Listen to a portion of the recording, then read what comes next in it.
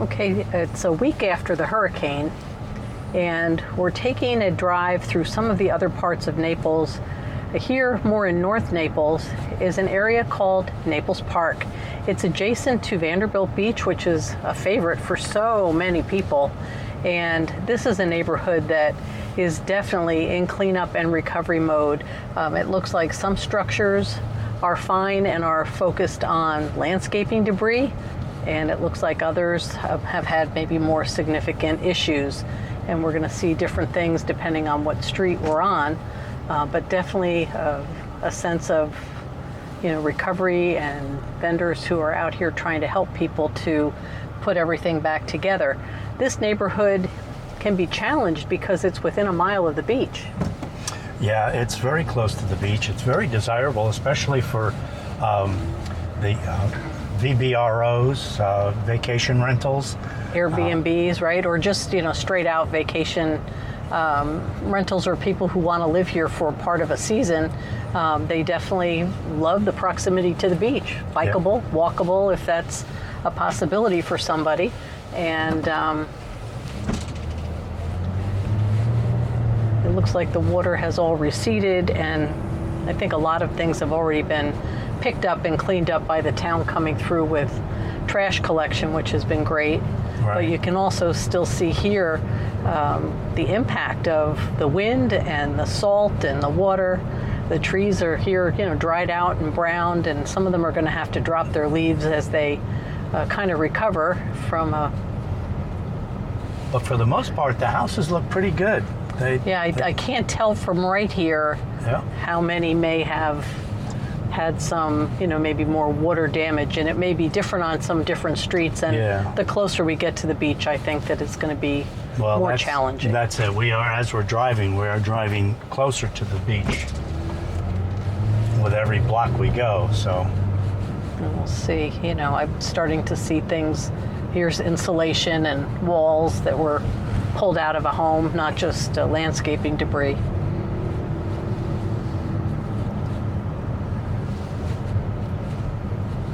And I think some of the newer homes will have fared better perhaps than some of the original buildings.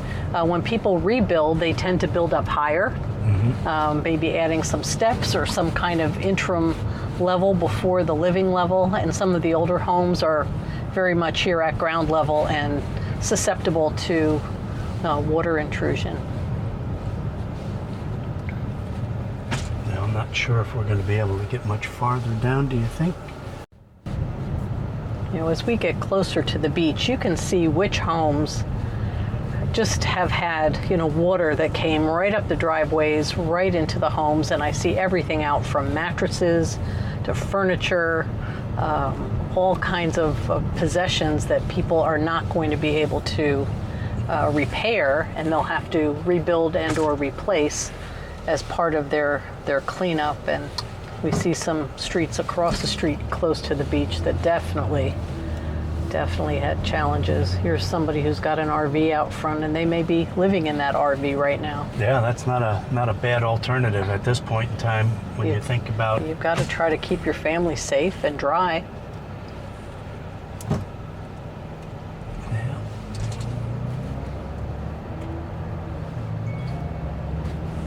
Down there, oh my God. Very sad.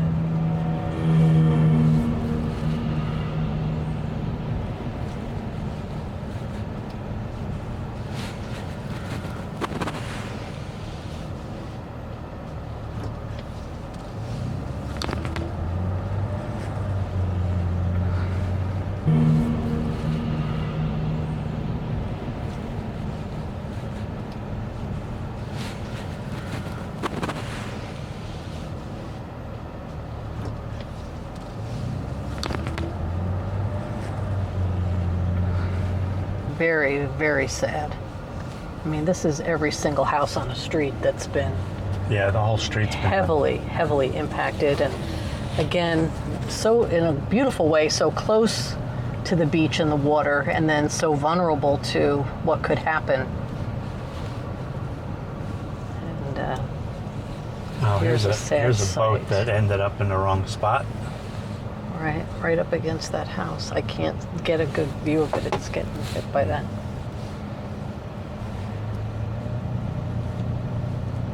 So there are going to be people here who need our help and need community support in a lot of ways, you know, in terms of the cleanup and just helping them get back on their feet. And the good news is we've been driving by local parks and a lot of local businesses that are collecting hurricane relief provisions and getting them out to people locally very, very quickly.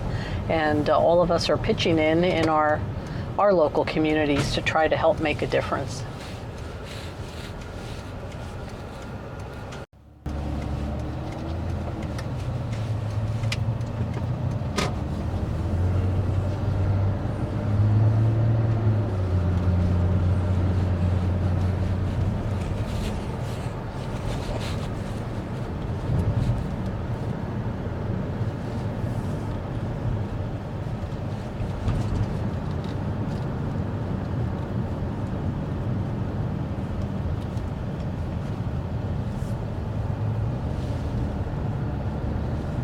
There are areas up here where we saw photos of incredible water levels, and I can see, you know, what it's done to it's blocked off, what it's done to the trees, the vegetation, and this was going to be under construction, so some of what's been leveled here was purposeful from before the storm.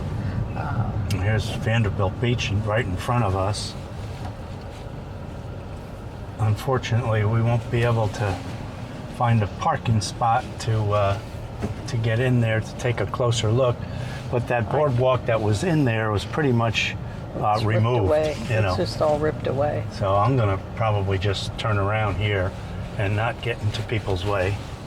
No, I think we need to be, you know, both aware and supportive, and then also not be in spots that are just not really helpful. But if you have a place down here, this is what it looks like right now. The Turtle Club restaurant right down the street, they were in such bad shape. They said they won't be open. I had seen that they certainly said into next year. Into next year? Okay. Yeah, that they, you know, had to take down any reservations through the end of December, and after that they're going to have to assess between now and then. Yeah. But they're planning on figuring it out. It's just going to take them a long time because of how extensive the damage was, literally on the beach. Right. So it's going to be a while. Now here's our parking garage on Vanderbilt Beach. Was told that the water was up to the second floor, and they can see that they've closed the parking garage, at least for us, and they're probably using it for workers that are trying to get this place cleaned up. Right.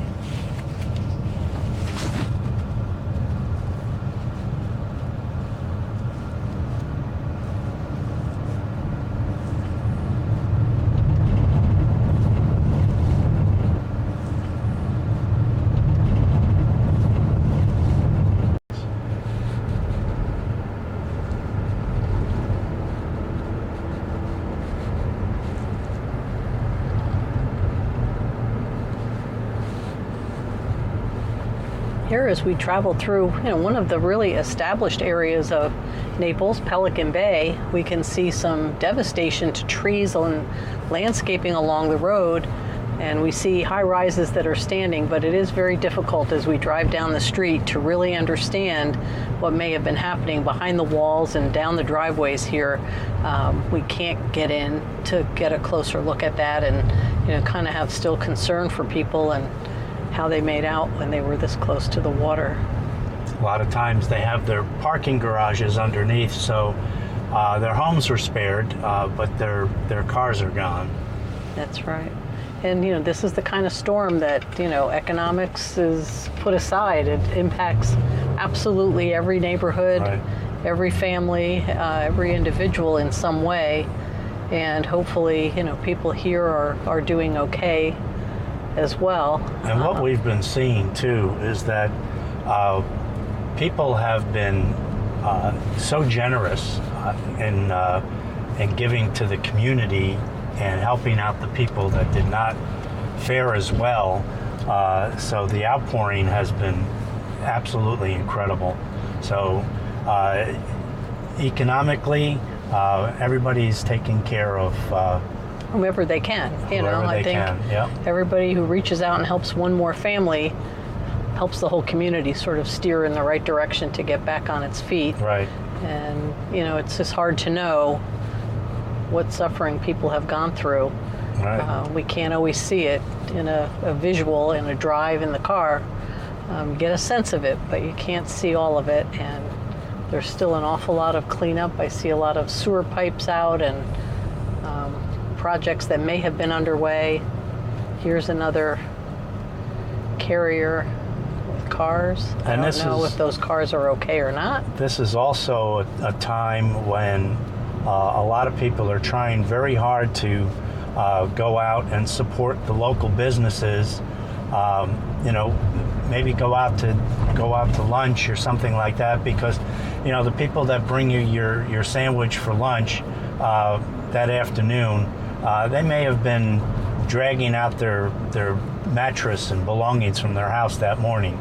So we want to be able to support them by donations, by keeping their place of employment going, anything that we can do. That's right. People at some point have said, even though they were still in major cleanup mode at home or had no power at home, that going to work was a little bit of a break, a little bit of a chance to see some friendly faces, to get support, maybe just to get a hug, and to know that they could start to keep up, with their livelihood. So I think you can see that sometimes it's by luck and sometimes it's by distance to water. This was a storm where storm surge and water was the real menace. And depending on where you were, we have many beautiful areas that are reasonably intact, that will be put back together sooner. And we have other areas that have been horribly affected that are going to take a long, long time for people to pick up the pieces and make decisions about whether they re-rent, rebuy, rebuild, or, kind of move on to another area, whether that's personally or for their business. So we're going to have to see how all of that comes together week by week. This is Terry and Rich Pasquarelli from MVP Realty. Now, check out our visit to downtown Naples and the Naples Pier in the upper right-hand corner. We were there just this week. We'll see you next time.